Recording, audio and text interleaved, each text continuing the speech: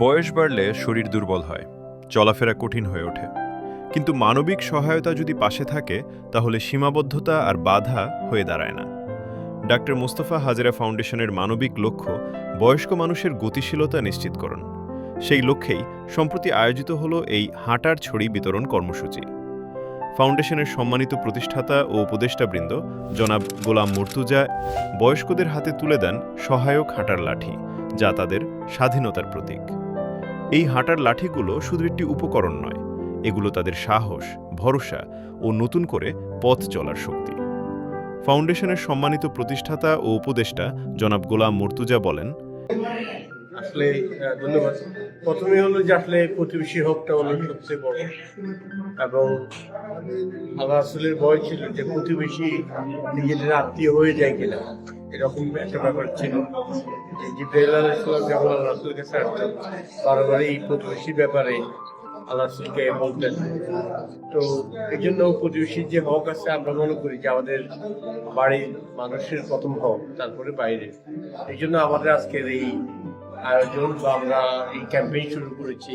আমি মনে করি যে বয়স্ক হলে মানুষের যে প্রবলেম হয়, যে কমনলি বাংলাদেশি মানুষ যে প্রবলেমগুলোতে মানে সাফার করে, যেমন হাই ব্লাড প্রেশার, তারপর ডায়াবেটিস এবং হার্টের প্রবলেম নিয়ে থাকে, ওই সময় যদি আসলে সরাসরি যদি চিকিৎসা বা হাঁটতে না পারে প্রপারলি, অথবা কোনো ঘুরানি হয়, পড়ে যায় যদি, তখন মানুষ প্যারালাইজ হয়ে যাওয়ার সম্ভাবনা থাকে, অথবা আজীবনের জন্য মেন্টালি বা ড্যামেজ হয়ে যায় ব্রেইন।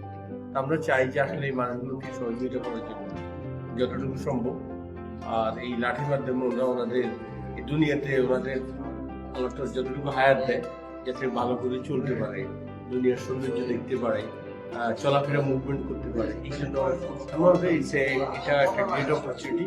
আমরা ইনশাল্লাহ এই ক্যাম্পেইনটা আজকে এখান থেকে শুরু করলাম। এখন আমরা আস্তে আস্তে বিভিন্ন মসজিদে আমরা এই ক্যাম্পেইনের মাধ্যমে ইনশাল্লাহ অধিক সংখ্যক বয়স্কদেরকে আমরা আমাদের ক্যাম্পেইনে শুরু করব।